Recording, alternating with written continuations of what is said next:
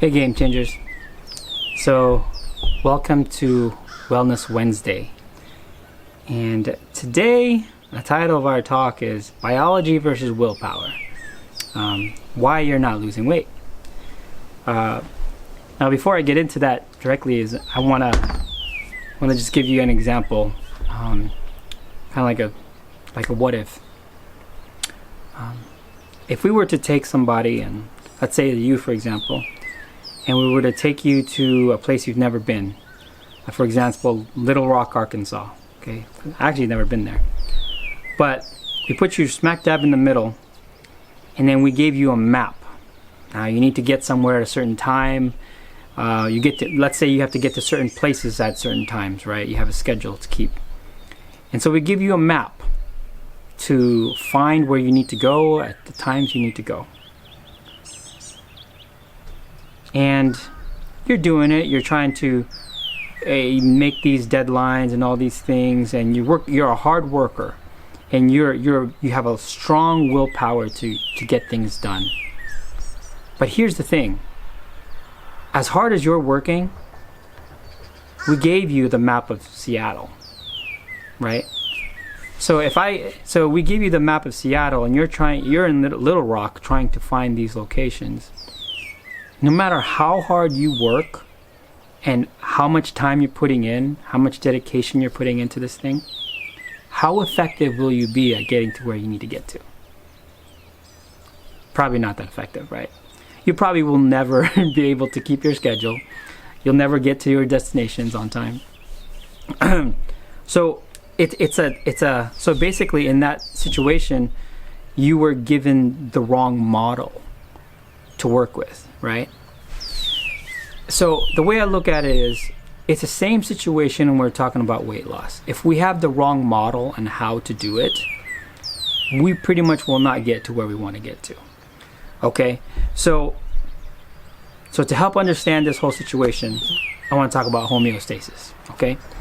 Now, homeostasis is basically a process in which your body tends to keep itself at certain levels. For example, temperature regulation is one thing.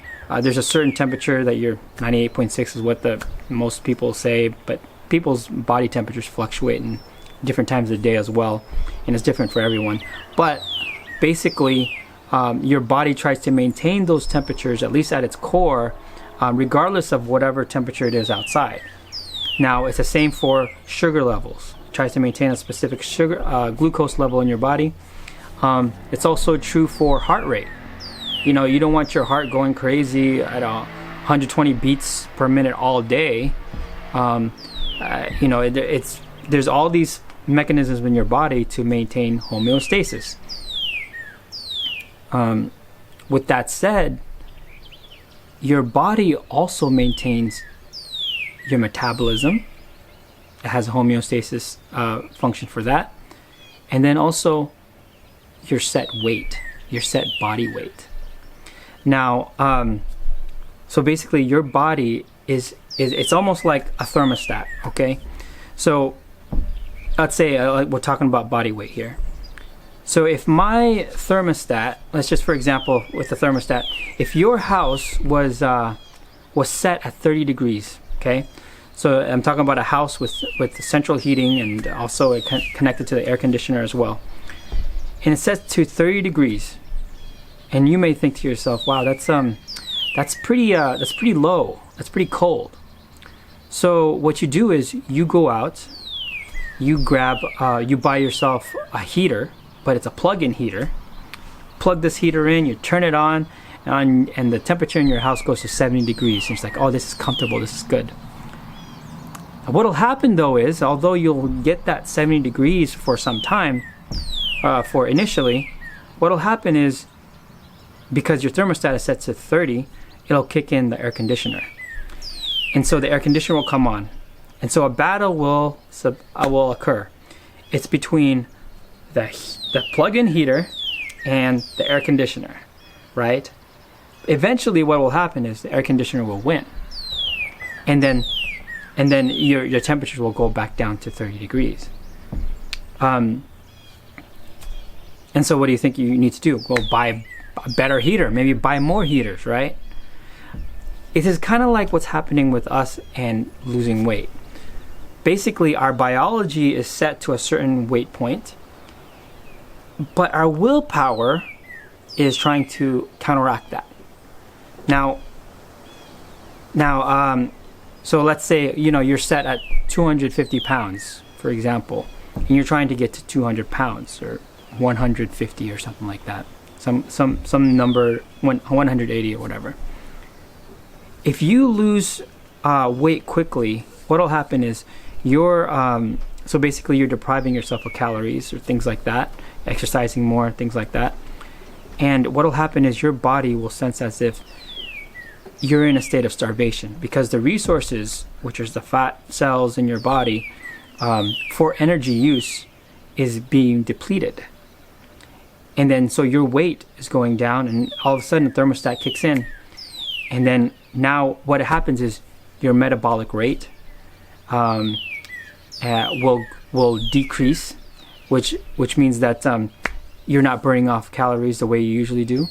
And then what will also happen is ghrelin levels will increase, which is ghrelin is a hormone that actually makes it so that you feel hungry.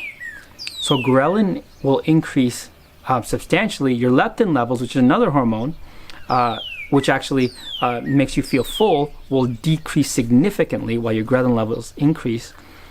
And so you'll have these cravings. And that's what happens with people, they'll have cravings in the middle of the night, and oftentimes it's sugar.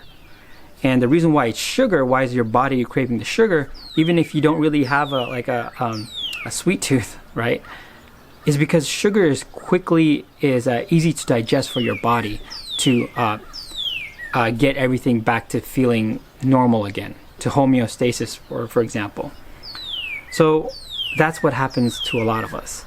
And so the thing is, so a lot of times, so here's the thing. This is how we, a lot of times when we're trying to lose weight, we're trying to go off of this model here. If you can see that, you got weight here, and you got time here, and everyone wants to just go linear. Oh, if I keep decreasing my calories, okay, then I'll get to a certain weight that I want. But what people, oftentimes, this is what we want as ideal, but what usually happens is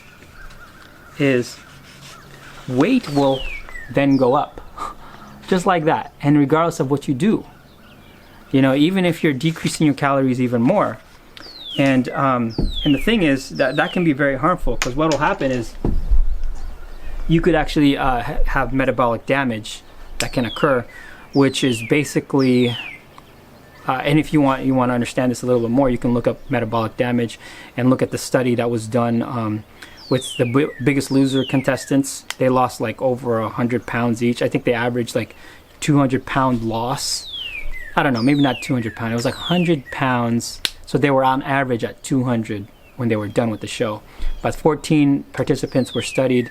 In the span of 6 years, they gained back their weight, and then added some as well. And they had metabolic damage, in which basically, even when they limited their food intake to 500 calories a day, they would still gain weight. And that's something we want to avoid, of course. And that's sometimes, like, if your body is thinking that you're in survival mode, and it's just trying to your starvation mode, and it's just trying to survive, then it will not only lower the metabolic rate to the point that you finally get back to your initial weight, it'll add on more pounds just to make sure that you have enough weight, just in case if you start to starve again. And that's what happens. You have this yo-yo effect, right? Like we got this model. We go down and up, then after that, if you keep going with time, down and up again, and down and up, and it's not healthy for us, and it's not effective as well, obviously. So this is what I propose for people to do, and you can do this if you like, and if you don't, that's totally fine, because I understand that people want to lose weight right now, but they'll gain it back too. So this is what I advise. Okay, is this model is where you lose weight but then you maintain it, and I suggest maybe 2 weeks. Then you lose weight again, and that you maintain that weight. Because what'll happen is your thermostat will actually, your set weight point will decrease slowly, so that you're not going against your biology, if that makes sense. You're not triggering that starvation mode in your body. Then it'll help decrease don't get me wrong, you'll still have some cravings and things like this, but it can still be controllable. Is that okay? And so once you get to the weight that you want, once you get to that weight that you really want, it's a lot easier to maintain that weight because you're not going against your biology. So I suggest like you lose 5 pounds, 5 to 7 pounds, I think, in the course of at least like maybe 2 weeks, 2 to 3 weeks. And if that maintain that weight for 2 weeks, and then keep going from there. It's a step-by-step process. Now, here's the thing: people don't like that because it takes a lot of time. But if we're trying to change the game and we're using the wrong map, we're just going to get the same results as everyone else. So yeah, let's not do that. Let's not be all about here and now and I want this now and whatever. This stuff takes time. It took years for your set weight point to get to where it's at right now. It's going to take some time to get it lower again, but you can do it, and I suggest you do it in this manner so that you're working with your biology. All right, guys, 11 minutes. Okay, maybe I can cut these down a little better later. But anyways, thanks, guys. I hope that helps. The Wellness Wednesday. All right, see you next week.